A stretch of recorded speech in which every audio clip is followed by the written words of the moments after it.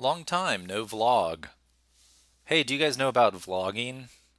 I'm getting really into vlogging when I'm not changing diapers and burping my child. Vlogging is video blogging, and I thought I'd just like in my downtime be a math vlogger, where I make videos about my day-to-day experiences with math. Okay, fine, I'll stop. But you guys should really check out that vlogging. Hey, so this is really fun. It's easy. It's just patterns, right? So when you see something like an arithmetic sequence, arithmetic is what old people call math, and sequence is kind of like a pattern that goes in order. So we can think of this as just a math pattern, right? And hopefully what you were able to do is find the missing numbers and then also from step to step, so we can call these numbers steps. So from step 1 to step 2 to step 3 to step 4, you should be able to see a change that is consistent, or the word we used was constant. So if you could find the change for each of these and then use that change to find all the missing numbers, you're golden. However, this wouldn't fully describe what's happening here. So if you really wanted to describe the pattern, there would need to be two parts. And as you guys move into seventh grade and eighth grade, you're going to need to think of math in a similar way to what we've done this year, but just think of it in terms of two parts. So there is the change.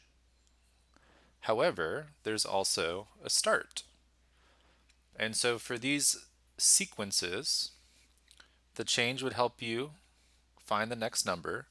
It could also help you work backwards to find the start. So if I know the change is plus 2, right, and I'm moving to the right, I add 2 every time for each step. If I went back a step, then I would take away 2. So 1 take away 2 would give you -1, right? On this one, if the change is add 3 every time, then I would take away 3 from that first one, and I would get -2. So instead of moving to the right and adding 3, you would move to the left and take away 3, right? So for each of these, you would just use your change to work backwards and find out where did we really start, okay? So that's pretty much it. You can check those answers with your friends. I'm also going to post a copy of my answers on Blend, so you can check there. Here, these are a little bit more fun because you can actually see the change, but you can also see the start. So this figure 0, we're going to add hashtag start to it. And what I did on my example that I gave you was I just labeled each of the figures. I would do the same all the way down. So you can see that figure 1 is 2, figure 2 is 4, right? So you're seeing the pattern. So this is that arithmetic sequence that you saw in the front. So 2, 4, 6, 8, 10 would be next, right? So then where would you have started and what would that look like, right? So every time we were adding another layer of 2, so what if we took away a layer of 2? You would just have nothing. So you can't draw nothing, but you can write nothing.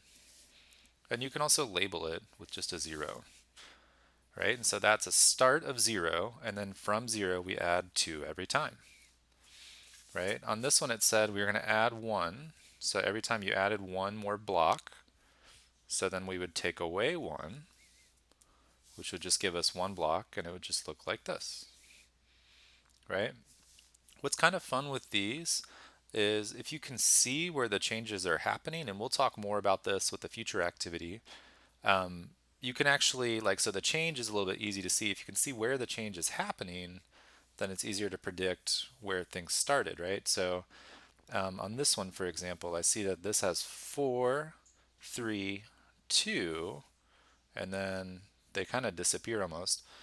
That means that this first one would actually have 5, and these might look a little weird. We would call this a sketch because it's not going to be perfect, right? So it has 5, and then if I cover up, I see that there's 4 in the middle. This one has 3 in the middle. That has 2 in the middle. So then this one's also going to have 1, 2, 3, 4. So this will have 5 in the middle. and you just do your best to sketch it out. So 1 cut, 2 cuts, 3 cuts, 4 cuts makes 5 pieces. So if I go 3, 6, 9, 12, to keep the sequence or pattern going, I would just kind of add 3 coming this way, right? So what's the opposite of subtract 3? Add 3, right? And we would call that figure 0, or you would also just call it your start. Okay, so your goal is to try to use the patterns that you have to find all the starts, right? So if you can see a relationship or a pattern, right, you can describe that relationship in terms of how it's changing, but also where is it starting. Okay, so your goal is to find the starts on all these. I did want to look at just a couple examples on the back. So if you looked here, finding the starts on these. So I'm just going to actually skip to these last two. I actually didn't finish them so we could do them together, and I'll zoom in.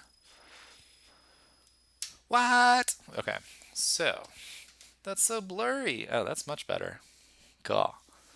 All right, so here I wanted to pick these out because the changes are a little bit weird. You can actually, like here we have a number that's missing. If you were to draw like sort of a step and another step, right? So here I go from 1 to 3, right? So it's like 2 jumps almost. So if I make 2 jumps and that gets me to 11, right? So 2 jumps is worth, so from 6 to 11 is adding 5. What would the 1 jump be worth, right? So if 2 jumps is worth 5, that means 1 jump would be worth 2.5. So I'm adding 2.5, right? So 6 plus 2.5 makes 8.5. And then from 8.5 to 11, I'm adding 2.5 again. So every time I add an x, right, so I'm just adding 1x each time. So add 1x, I add 2.5 y's. I add 1x, I add 2.51 y's. It's almost like a ratio. So 11 plus 2.5 is 13.5. And then 13.5 plus 2.5, so add the 0.5 to get you 14. Add 2 more, gets you 16. So we just say add 2.5 for every x, or for each x. It doesn't matter which word you choose. I'll say every on this one. So add 2.5 for every x. So then if I came back here and I wanted to find the start, right, so our 0, how would I find the y? Well, instead of adding 2.5, I would just take it away. So 6 take away 2 is 4. Take away another 0.5 is 3.5. So I'm starting at 3.5 and I'm adding 2.5 each time. On this one, it's a little weird, but you can use those steps to help you. So from -5 to 10, there's 1, 2, 3 jumps. Well, what is that space there between -5 and 10? So from -5 to 0 is 5 steps, right? And then from 0 to 10 is another 10 steps. So altogether from -5 to 10 is 15 jumps, or 15 like spaces. Well, if I spread them out over 3 jumps, each jump would be worth 5, right? So from -5 to 10 is plus 15 divided by 3 jumps. Each jump is worth 5. So 0, 5, 10, 15. And if I wanted to find a 0, what would I do? Instead of adding 5, I would, right, take away 5.